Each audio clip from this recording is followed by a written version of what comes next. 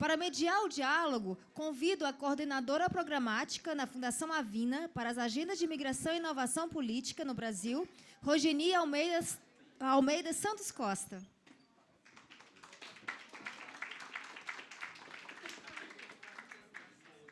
Para proferir a palestra sobre a temática, convido o representante da Agência da ONU para os Refugiados, Frederico Martinez.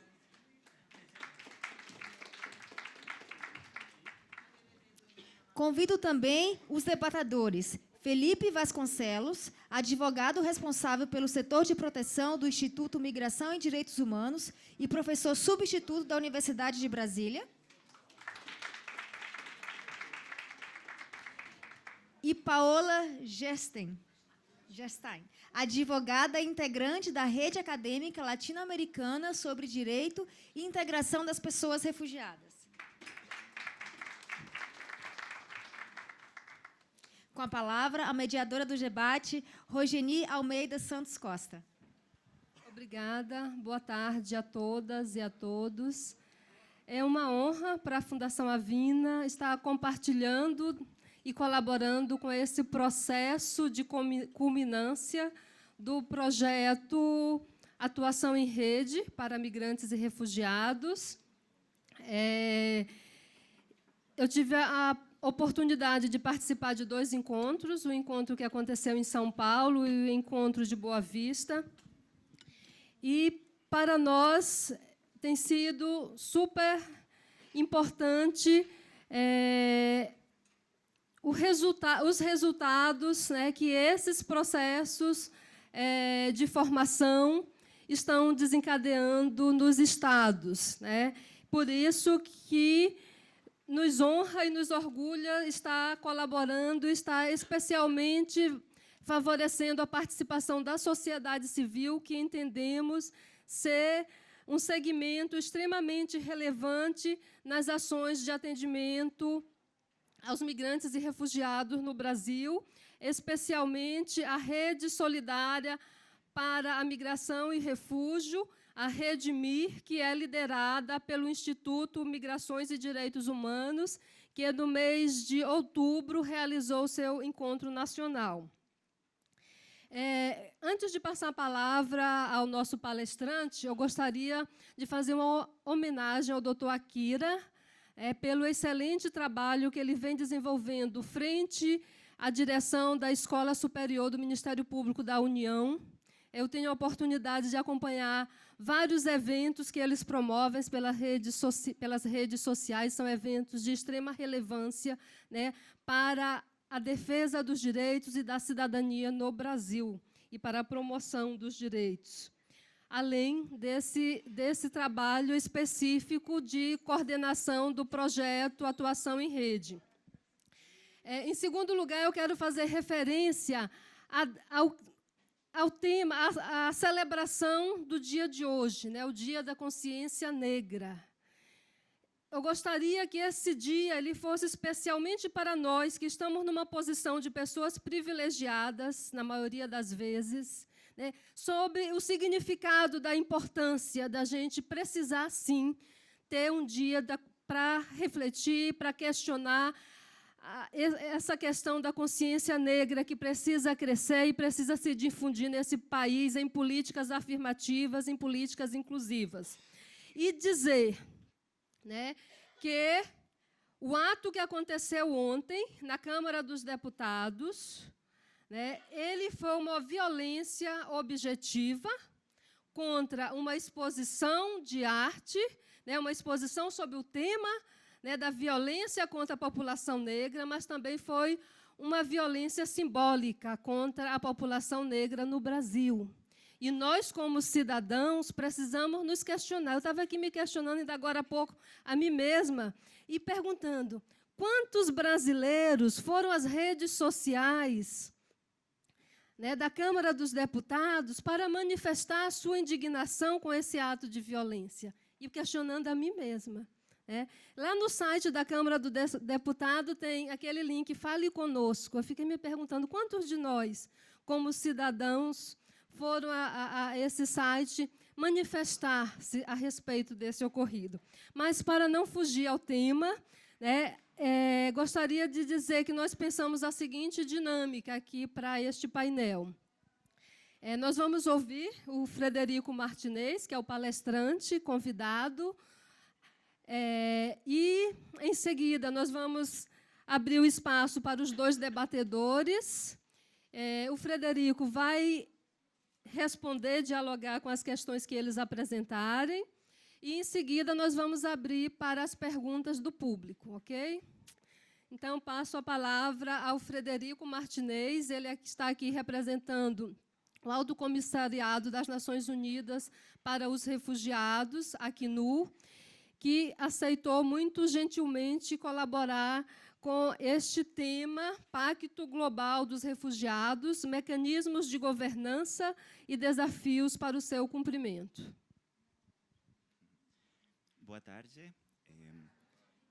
Gostaríamos, em nome do ACNUR, agradecer pelo convite e parabenizar vocês e parabenizar a doutora Kira, os organizadores em geral, pela iniciativa. A verdade, o processo que hoje está, a partir de hoje está concluindo, ao menos essa etapa, a verdade, vamos estar olhando que tem muito que ver com o tema desta palestra, que é o Pacto Global. Precisamente esse trabalho em rede, a ideia de que todos temos responsabilidade para proteger e para melhorar a vida dos refugiados, precisamente é uma ideia que fica no centro, no coração do Pacto Global. Então, eu gostaria de compartilhar algumas ideias com vocês sobre o Pacto Global, talvez começando por colocar que estamos vivendo um momento histórico, por muitas razões, em questão de proteção de refugiados.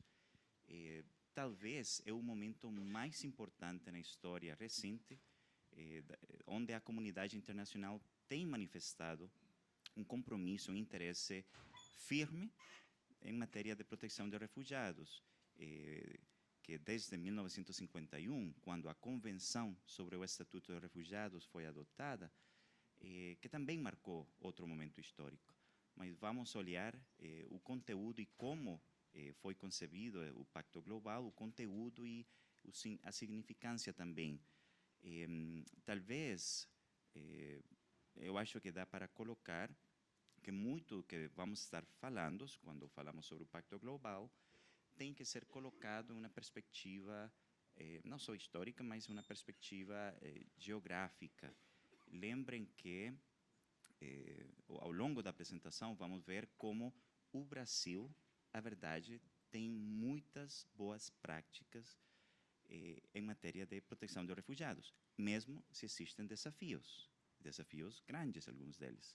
Mas, em geral, em comparação com outras realidades que também existem ao longo do mundo, ao redor do mundo, a verdade, existem muitas coisas boas acontecendo, e eu acho que vocês, sociedade civil, outros parceiros, atores locais em geral, têm essa, não só enorme responsabilidade, mas esse papel fundamental que vem jogando em termos de garantir ou tentar que os refugiados tenham uma vida digna no Brasil. Talvez dá para mencionar também que o Pacto Global sobre Refugiados está baseado sobre a distinção, e a Camila, eu ouvi ela falar na sessão anterior, sobre a importância da diferença dos termos. Lembrem que existe o Pacto Global sobre Refugiados e existe também um Pacto Global sobre a migração ordenada, segura e regular. Então, essa distinção entre refugiados e migrantes é bem importante. Lembrem que toda a arquitetura do direito internacional sobre a proteção dos refugiados, a Convenção sobre o Estatuto dos Refugiados de 1951, a Convenção Americana, esse direito a solicitar e receber asilo às pessoas perseguidas, aos refugiados, faz uma diferença. Quando as pessoas não desfrutam, não têm a proteção do seu próprio país e por motivos de perseguição ou por motivos de guerras, de tensões internas, eles ou elas têm direito a sair do seu próprio país, têm direito a entrar em outro país para receber essa proteção. Quando falamos de refugiados, estamos falando que medidas como o estabelecimento de vistos, como fechar fronteiras, não é a solução. Estamos falando que mesmo se precisam esforços adicionais para conseguir soluções duradouras. E estamos falando também, e aqui começo a falar sobre talvez o tema principal do Pacto Global, a ideia central do Pacto Global é que nenhum país que acolhe refugiados em grandes números, em grande escala, fique sozinho. A proteção de refugiados é uma responsabilidade da comunidade internacional. Precisamente, esse é o objetivo, como materializar esse princípio da solidariedade internacional, do compartilhamento das responsabilidades de uma forma mais equitativa, mais justa. E, precisamente, o Pacto Global, vamos olhar que é um instrumento, acho que vou conseguir, e onde aponto? Lá, consegui. Direitos humanos para pessoas refugiadas. Mas o pacto, como tal, não tem caráter vinculante. E o que eu procuro, precisamente, é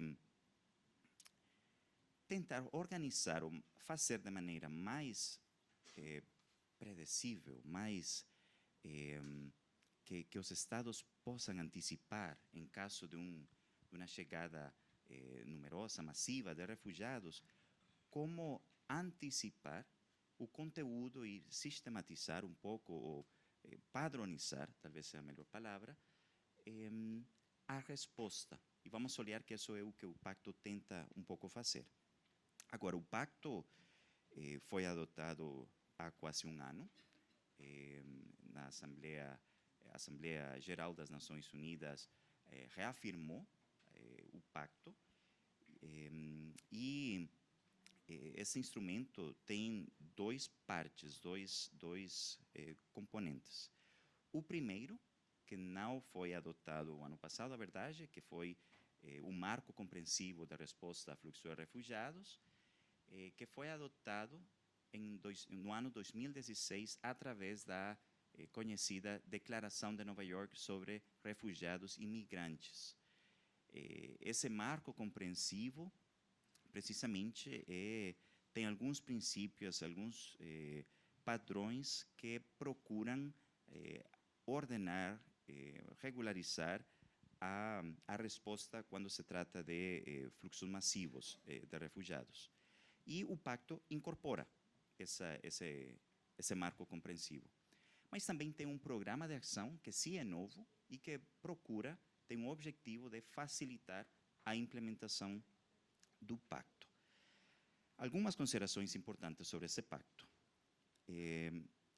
Principalmente, é um acordo, são compromissos dos Estados, dos países, quem tem a principal responsabilidade pela proteção de direitos humanos, incluída a proteção dos refugiados. Mas também reconhece que se precisa um engajamento maior, um engajamento amplo de atores sociais. Falei também que reconhece a primazia da Convenção de 1951, mesmo porque não é uma fonte de direito, não é obrigatório, e precisamente foi reforçado pela Assembleia Geral o ano passado. Agora, o Pacto Global, para entender o que estamos falando, eu acho que trazer alguns dados do que acontece, não só no Brasil, mas ao redor do mundo, ajuda para entender por que essa visão de, primeiro, que as pessoas refugiadas têm direito a viver uma vida digna, e que os países acolhedores não têm que ficar sozinhos, conceitos bastante basilares, bastante fundamentais. Por que é que um pacto no ano 2018 tem que vir para confirmar esses princípios? Alguns dos desafios que precisamente motivaram a adoção do pacto, primeiro tem que ver com que estamos vivendo, como parte desse momento histórico,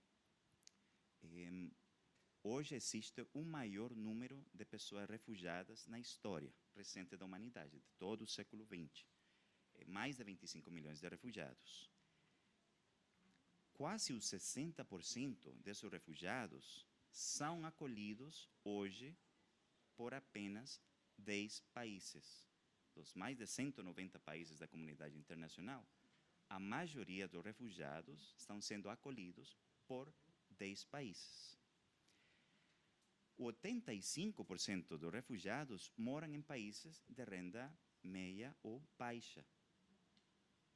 E também os países doadores que contribuem para o trabalho das Nações Unidas, o trabalho das organizações da sociedade civil, que apoiam outros estados, a verdade, 10 países ao redor do mundo financiam, no caso do Acnur, o 90% do orçamento do Acnur.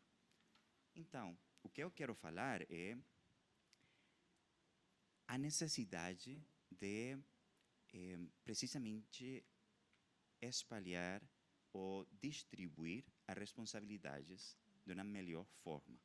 Que não fiquem os países com poucos recursos recebendo a maioria dos refugiados, e também que sejam mais países que talvez não têm, que têm melhores condições econômicas, apoiando ao resto dos países que recebem.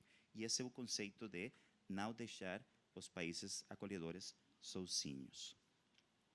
Mas também tem que ver, e por isso eu acho importante colocar esses pontos, porque talvez não é a realidade que nós vivemos aqui no Brasil, quando falamos, por exemplo, que o pacto procura garantir que quando as pessoas sofrem desse perigo de perseguição, que tem perigos associados a guerras, a conflitos armados, garantir o acesso ao território de outro país para encontrar essa segurança. Garantir a permanência também, que não sejam devolvidos ao país de perseguição, que essas pessoas possam obter documentos também. Coisas que eu acho que são mais ou menos básicas, que no Brasil oferece, principalmente hoje, de maneira muito significativa, para a população venezuelana, de migrantes e refugiados que está chegando no país, mas também que as pessoas possam ser incluídas no país, na vida econômica, social, mesmo política, que possam um pouco voltar e ter uma vida normal, uma vida digna. Também que a resposta para os refugiados não fique em respostas emergenciais. E isso eu acho que conecta muito bem com o tema deste encontro, do trabalho que vem sendo liderado por o Dr. Akira, em termos de o desenvolvimento de políticas públicas. E mesmo o pacto que fala explicitamente como conectar a proteção dos refugiados à resposta emergencial também com os temas de desenvolvimento. E também conseguir que os refugiados não fiquem dependentes da assistência emergencial. Então, esses são 4 os objetivos, eu acho que são 4 as aspirações que o pacto tem em matéria de como padronizar, como melhorar, aprimorar a resposta dos refugiados. Primeiro ponto, para esses países que estão recebendo números expressivos de refugiados, movimentos ou fluxos de grande escala, apoiar que o resto da comunidade internacional apoie esses países. Como? Através da cooperação financeira, claramente, mas também através da cooperação técnica, através de apoio político, mesmo através eu estou pensando Por exemplo, o que aconteceu há quase 2 meses, na Bélgica aconteceu uma reunião, um encontro internacional de países sobre a situação da Venezuela, precisamente porque hoje, possivelmente, a crise na Venezuela está ficando um pouco invisibilizada. Então, não para vocês, que vocês estão trabalhando com os refugiados, imigrantes venezuelanos, mas muitas vezes nos outros países, os países industrializados, países doadores, o tema está sumindo um pouco. Então, como apoiar de várias formas esses países que estão com essas pressões maiores pela acolhida de refugiados? Segundo ponto, o refugiado, sim, muitas vezes precisa de assistência, mas eu sempre gosto de lembrar que o Albert Einstein foi refugiado. O que isso quer dizer é um refugiado não chega com as mãos vazias.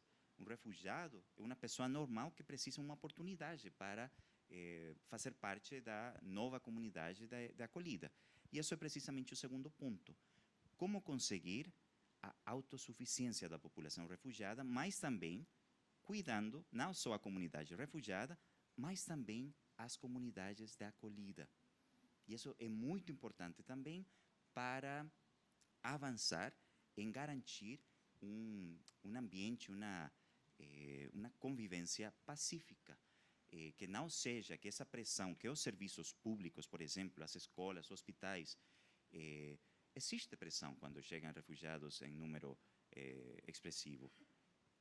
Para que não aconteça uma concorrência que pode gerar tensões, também temos que atender às necessidades da população local. E isso tem que ver com esse vínculo, essa conexão entre o trabalho emergencial, humanitário, e o trabalho de desenvolvimento, que é também uma ponte que o pacto procura gerar. Terceiro ponto tem que ver com soluções, mas soluções desde a perspectiva de como o resto da comunidade internacional pode apoiar esses países que estão acolhendo esses números em grande escala de refugiados, que tem que ver explicitamente com reassentamento.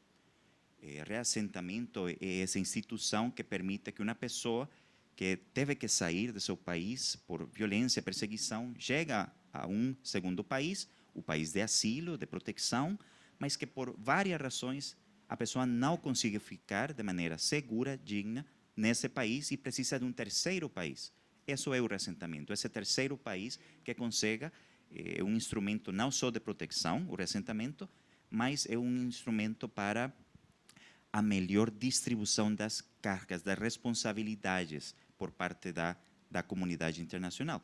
E também o tema do retorno, mas retorno voluntário. E quando existem, quando pode ser realizado de maneira digna, segura e, insisto, voluntária. Agora, o pacto, eu gostaria de falar uma palavra sobre isso, porque acho que é onde talvez o pacto conecta de uma forma mais clara com a experiência no Brasil e com o foco do evento de hoje, que muitas vezes no passado, e para hoje mesmo é a realidade para muitos países, que quando falamos de refugiados, o foco da atenção é a determinação da condição de refugiado. Então, lembrem que quando uma pessoa é refugiada, entra a um país e tem que pedir oficialmente ou formalmente o reconhecimento como refugiado. A pessoa, mesmo se a pessoa é refugiada, porque tem caráter declarativo essa condição, mas oficialmente nesse país tem que pedir formalmente o reconhecimento. E durante esse procedimento, a pessoa é um solicitante do reconhecimento da condição de refugiada, que tem que também desfrutar as garantias. Mas muitas vezes o órgão responsável de decidir se a pessoa é ou não refugiada, o CONARE, o Comitê Nacional para os Refugiados, no caso do Brasil, muitas vezes fica como o único órgão que tem um papel em relação com os refugiados. Claramente não estou falando do Brasil. Brasil, vocês têm outra experiência aqui. Mas o que eu falo, e que tem muito a ver com esse slide, essa slide é importante por duas razões. Primeiro, porque fala sobre o engajamento compreensivo, o engajamento de todo o governo, não só do CONARE, por exemplo, mas também, CONARE é fundamental, mas ministério que tem a ver com trabalho, com economia, para a inserção laboral, saúde, educação, mesmo, e não só o governo, no sentido do executivo, o Estado, a verdade. Temos que falar também sobre o legislativo ou o judiciário também, que tem um papel que jogar. Então, é um pouco ampliar a noção que a proteção dos refugiados não é do CONARE só, ou do ACNUR, ou da sociedade civil.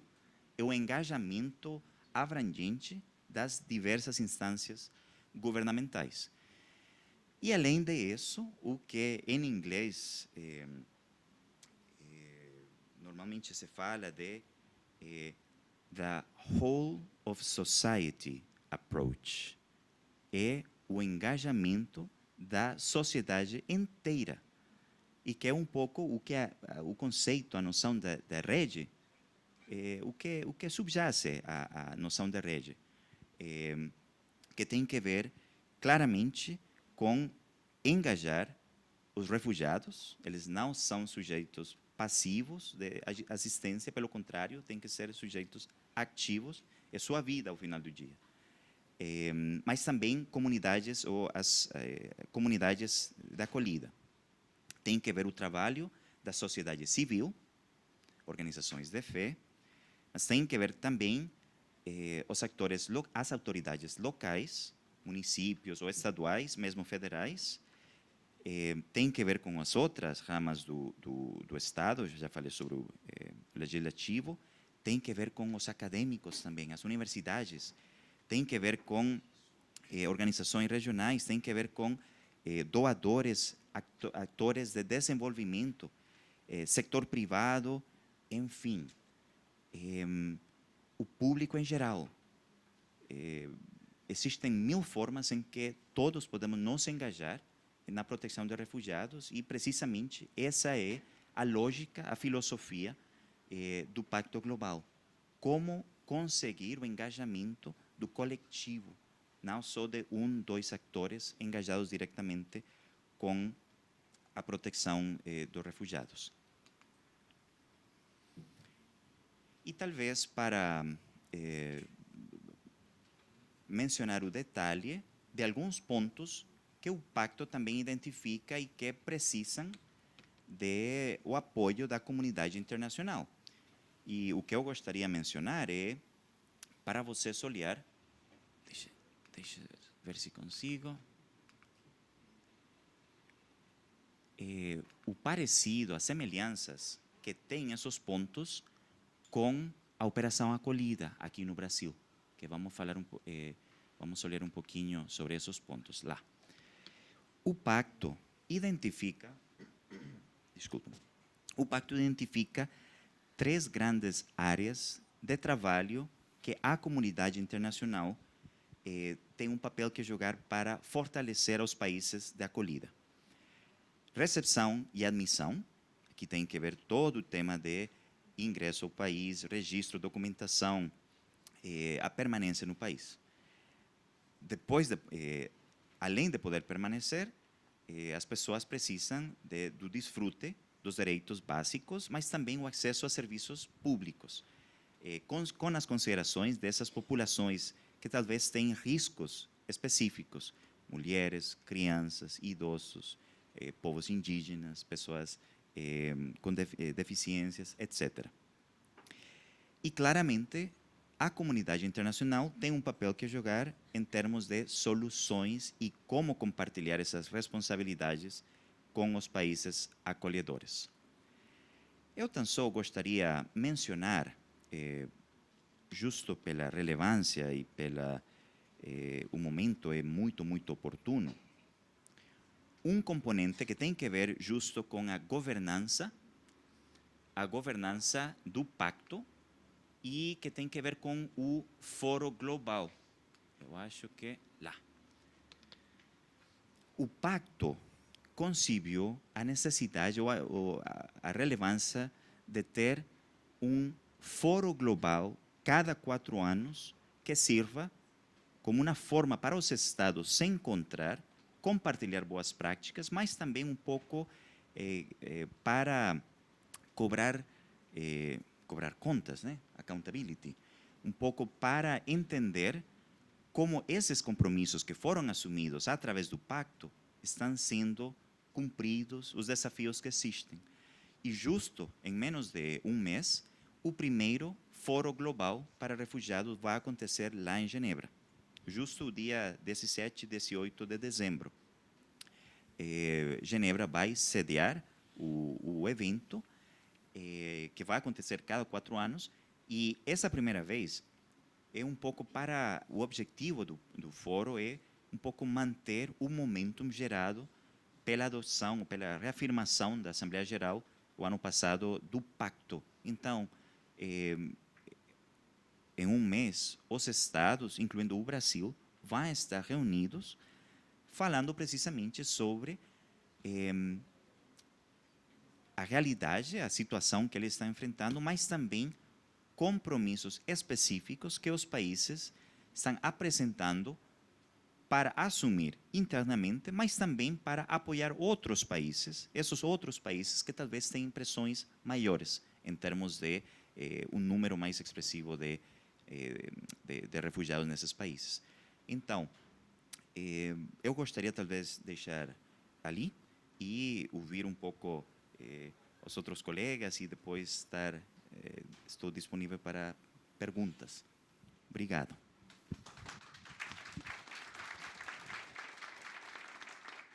Eu passo a palavra, então, aos 2 debatedores, a Paola Gesten e o Felipe Vasconcelos. Peço que eles combinem, e aí, entre eles, quem quer começar, fiquem à vontade.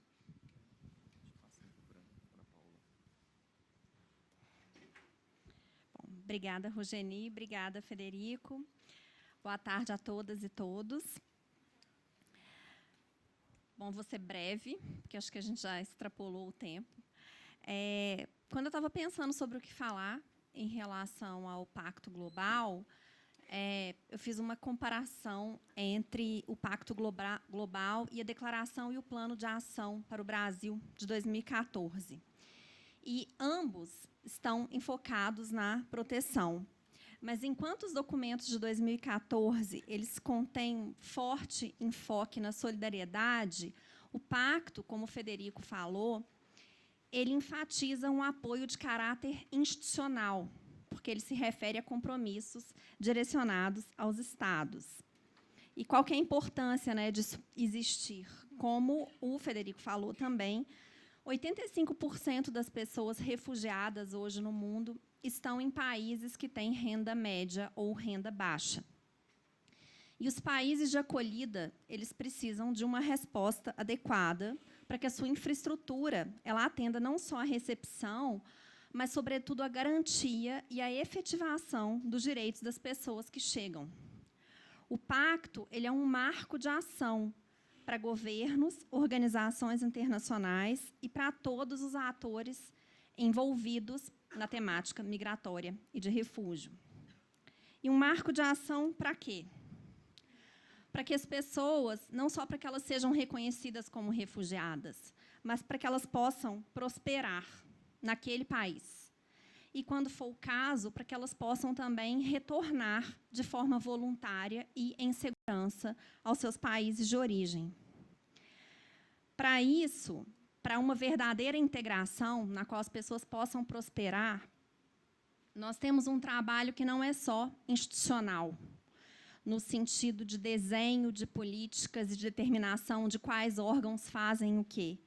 Mas é um trabalho orgânico, e esse trabalho ele leva em conta os afetos. Quais são os afetos que mais nos afetam em relação à migração? Acho que o medo, sem dúvida. O discurso do medo permeia a temática migratória e do refúgio, por várias razões, e a resiliência. Antes, quando eu era professora da área de Direito Internacional e Direitos Humanos, eu fui professora 7 anos na PUC Minas. Não dá para perceber que é PUC Minas, porque meu sotaque é neutro, eu sei. Mas eu costumava pensar no acolhimento simplesmente como uma obrigação, com aquela ideia kantiana de que a filantropia, a hospitalidade, ela não é um favor, ela é uma obrigação, ela é um direito, porque todos nós somos proprietários desse planeta onde nós vivemos. Mas depois, atuando mais diretamente na área, especialmente quando eu estive em Roraima, eu parei de tomar isso como garantido, simplesmente como uma obrigação, no sentido de pensar, é um direito, e as pessoas têm que entender que é um direito, têm que respeitar que é um direito e ponto final. Eu vi que essa minha análise ela não tinha empatia com as comunidades de acolhida. E, como ensinou Hannah Arendt, que também foi uma refugiada, e que é a mulher da minha vida depois da minha mãe, a conduta moral ela não é algo que acontece naturalmente. E por isso que eu acredito que é importante nós olharmos para os afetos do medo e da resiliência. Porque a resiliência, eu entendo, que é uma resposta ao medo, que é um afeto que permeia de forma tão forte a temática migratória. Mas nós sempre pensamos na resiliência do refugiado, né? Nós sempre olhamos a pessoa refugiada como um exemplo de resiliência. E o pacto ele fala especificamente da resiliência da comunidade de acolhida. No artigo 64, o pacto fala que a boa gestão de uma situação de refugiados depende da resiliência da comunidade de acolhida. E, por sua vez, o artigo 84, o parágrafo 84 do pacto, ele dispõe sobre a importância dos projetos de coexistência pacífica, aqueles projetos executados nas comunidades de acolhida. Então, ainda que o Pacto Global ele enfatize o caráter institucional da proteção e da acolhida, a construção da resiliência é algo orgânico, é algo que faz parte de espaços como este. São os espaços propiciados por uma atuação que surgiu, né, aqui do trabalho das pessoas que estão aqui, que propiciam a construção da resiliência. E para que isso não fique também no caráter emergencial, como o Federico também falou.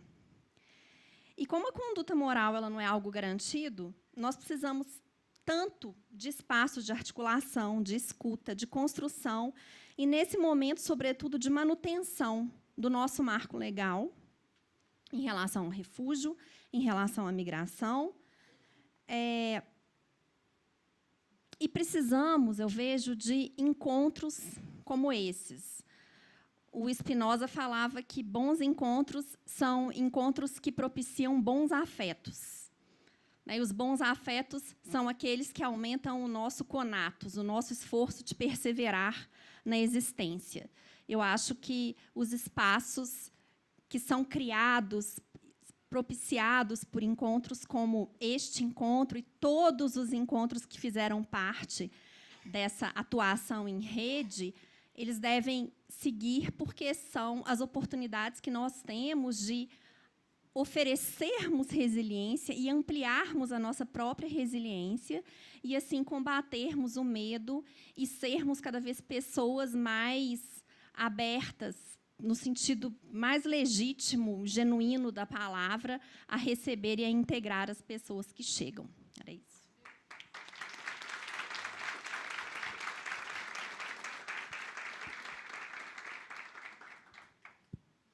Bom, gente, boa tarde a todas e todos, né? O que falar depois dessas 2 aulas aqui? Muito obrigado.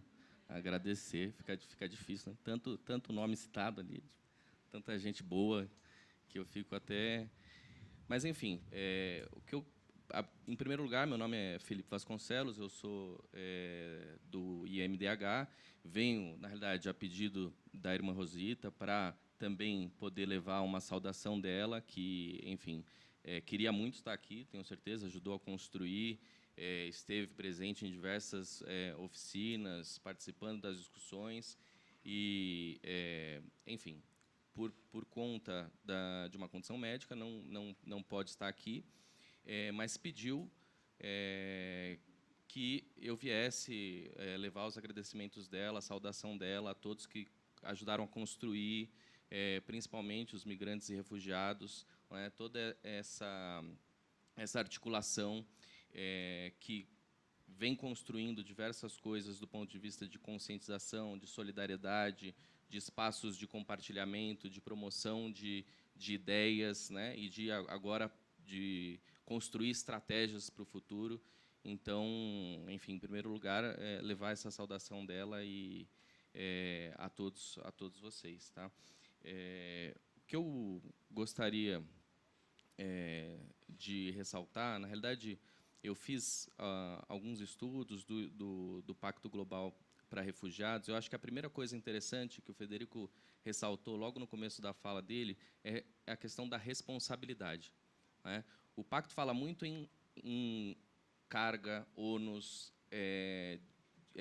divisão de responsabilidade, mas é interessante que não é no sentido de que a migração ou o refúgio seja um peso, né? Mas no sentido de que há uma responsabilidade, um dever dos Estados. E aí, retomando o que a Paula tinha citado, que, enfim, não é simplesmente tratar como um direito e que tem que ser implementado independentemente de qualquer coisa. Não, é um direito dos migrantes e dos refugiados, ninguém é ilegal, todo mundo tem direito de migrar, mas também é um dever de todos os atores envolvidos de implementar políticas públicas ativas que consigam integrar essas pessoas, dar acesso ao direito dessas pessoas migrantes e refugiados, para conseguir conferir dignidade, né, à vida dessas pessoas. Então, não é, de fato, simplesmente um direito em abstrato, mas um dever. E um dever, e aí eu acho isso muito interessante, chamar a responsabilidade, quanto há um dever dos Estados e de todos os atores envolvidos em participar na promoção e nas estratégias de inclusão e integração dos migrantes e refugiados. E esse pacto traz muito isso a partir da própria obrigação que vem da Convenção de 51, da cooperação internacional. Uma outra questão que eu acho que é importante ressaltar, e já foi colocada no primeiro painel e na abertura pela Rogenir, que é a questão negra, né? O racismo, como ele permeia e estrutura as relações sociais, principalmente no Brasil, e isso afeta tanto a integração quanto o acesso a direitos, né? Não dá para simplesmente ter uma análise da migração e do refúgio sem analisar a questão negra, né? Então, a vulnerabilidade, a questão da raça, ela é um elemento que amplia a vulnerabilidade, e isso demanda da gente, na hora de pensar aqueles eixos que a gente vai discutir, o marco legal, acesso a direitos, inserção laboral, integração, pensar também sobre essa perspectiva, sobre essa lente, né? E aqui eu queria só fazer umas aspas, saiu na mídia uma reportagem a respeito da questão dos refugiados negros e de uma pesquisa etnográfica de campo de um refugiado da RDC. E ele citava, enfim, eu vou abrir aspas para que ele possa colocar, né? Enfim, ele abre aspas. Para mim, e é interessante, refugiado é uma categoria da ONU e está incompleta. Aqui no Brasil, a gente tem refugiado branco e refugiado negro. Todo mundo prefere refugiado sírio. A Síria está em guerra há 6 anos. O Congo está em guerra há 20. O sírio ele vai ser comerciante, dono de restaurante. O africano e o haitiano vão ser garçom, pedreiro, essas coisas. E se conseguir trabalhar. Na ocupação, você não encontra sírio, mas encontra haitiano, congolês, nigeriano. Quem vai morar na rua é africano, haitiano. Então, tem refúgio branco e refúgio negro no Brasil. Para o negro é diferente. É por isso que ninguém sabe o que está acontecendo no Congo. Eu acho que, fecha aspas. Como?